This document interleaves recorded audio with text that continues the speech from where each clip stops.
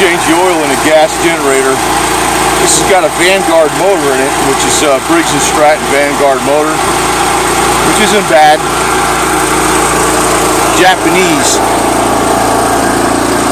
Boy, it sounds a lot quieter with an oil change.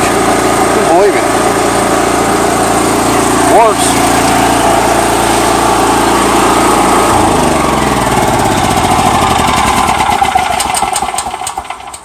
You got to run them every once in a while, because what happens is the generator head sometimes gets, not only is it the carburetor can get jammed up and stuff, and I keep fueling this thing all the time, and of course you shut the fuel off too. But you notice my vented cap, I put some Gorilla Tape over it. This way it doesn't get too much ambient air, which keeps the gas from going stale not as quick, because the ethanol absorbs some moisture. So a little bit of tape over there over that vent hole keeps the ambient air from getting out. And of course I put some Startron in there, which is this stuff right here with the enzyme. This stuff actually works pretty good. Found out it works pretty good. And what I do, a lot of people, they make the mistake with air-cooled motors. I mean, it's not really a bad mistake, but with air-cooled motors, here's a little bit of a myth. Okay, synthetic oil runs cooler, and synthetic oil won't break down in heat as easy, right? Which is great when you got a water-cooled motor. I know the oil is also cooling the motor, but say you got water jackets in the motor or whatever, radiator, then you want to use synthetic oil. But when you have an engine that is strictly cooling off, the engine, moving parts in the engine due to like cooling fins, ambient air, which, this thing, I think, when that thing spins around, I think there's some kind of fan in there going on too. But really, this is an oil-cooled motor. Now, a synthetic oil can handle more heat and not break down, but it doesn't pull out it doesn't get as hot, and it doesn't pull out the heat from the engine as good as conventional oil. So on an air-cooled motor, like a Volkswagen, or even your Harley-Davidson air-cooled motorcycle, you want to run regular conventional oil. So I'm running some 1540 diesel in this gas motor. 1540 is good for this thing too. I mean, it's I'm not running this in extreme cold weather. If it was going to be, if you're up north, you might want to run, I don't know, 530 or something like that. But I'm down south, so sometimes when I'm running this could be in extreme heat, 95 degrees or something like that in the middle of the day for several hours, see, when there's a power outage. So I got 1540, but you want to run conventional oil. And conventional oil, being that it breaks down quicker than synthetic, you might want to change it more often. This oil looked pretty good. Didn't really look dirty, but when I changed it, I noticed the motor sounds quieter. And I've also added this aftermarket big inlet filter, which I put some tape around it just in case it doesn't rub through here. I don't think it would have, but since it's a plastic body, and I could still see gasoline in there anyway. So just testing it out, making sure everything's good, a little bit of maintenance. But that's what you want to do. All this stuff takes time, man. And if you find out your generator is not putting out electricity, what you do is you take your drill, and you start your generator up, and you take your drill just like this, right?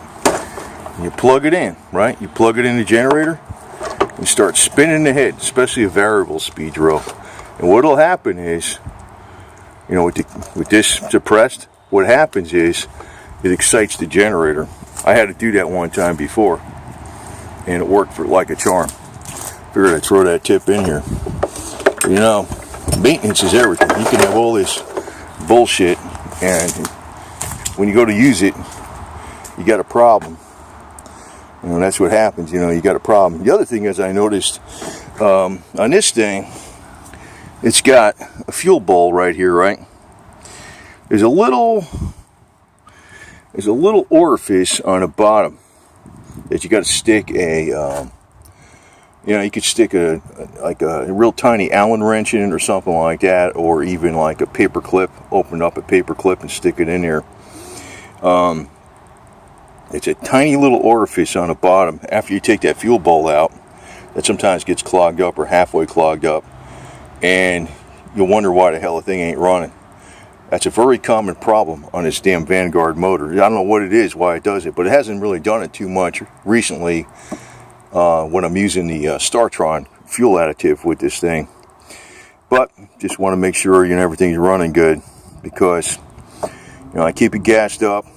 It's something they tell you not to do, but then if it's got the additive in it and this is covered up like that and this thing's full, it'll last a long time. And I don't actually run the thing out of gas, but with the StarTron, it seems that it had no problem starting up. I had to give it a shot of starting fluid, but once it got going, it was fine. It was good to go. It ran nice. But yeah, that's a tip. Just want to make sure with these air-cooled motors, use conventional oil. Now, like if you're going to be running this in the wintertime, you might want to run. I know it's wintertime, but it's down south. Right now, it's unusually warm. It's probably about 60 degrees out, so 1540 is fine for me. But if you're up north and you're dealing with 0 degrees Fahrenheit or 15 above Fahrenheit, well below freezing, you probably want to run 530 or 030 conventional oil. And I guess it's not that freaking imperative running the conventional oil with overheating if you're running it outside and it's snowing out. But down here in Florida, in the summertime, when you get the thunderstorms, you got the hurricanes, and it's 95, 98 degrees out, and it's hot as shit. You want to run that conventional oil. I guess it wouldn't really be a problem running synthetic if you're up north in the wintertime. Not to get an engine will overheat. Maybe that might be a better bet. Guess you got to freaking think for whatever the conditions they are. I just thought of that right now, just thinking about it. If I was up north and it was wintertime and I was going to have this generator for starting up, because there was a hurricane or something, a blizzard that blew down the power lines, I guess maybe having 040 synthetic oil wouldn't be a problem, because the engine's going to run nice and cool anyway. And maybe that just might make it a little easier to pull start too, because this is a pull start, it's not electric starts. But if you're trying to pull start this damn thing when it's ice cold out, it might be kind of hard. If you're if you got some 040 in there, maybe that would be the bet.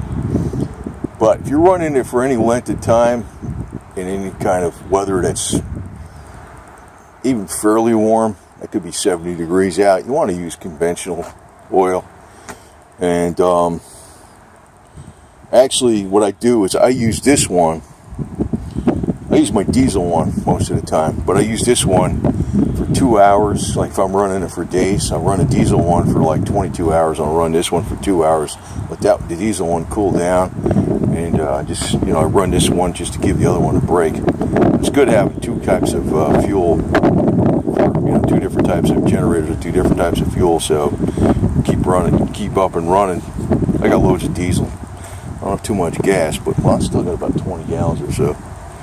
Probably get me going up for several days. But running it 2 hours a day, running the diesel, that would probably give me months, But anyway, just a little bit of prepping, just a little hodgepodge of some different advice. I figured I'd throw it out here. There's no money going to be made on this American Rubber Survival channel. I don't have enough subs or views, so there can be no monetization on it pretty soon. So just kind of throwing this up here for free. So if I told you one little tidbit that helped you out, cool. If not, whatever. Sorry.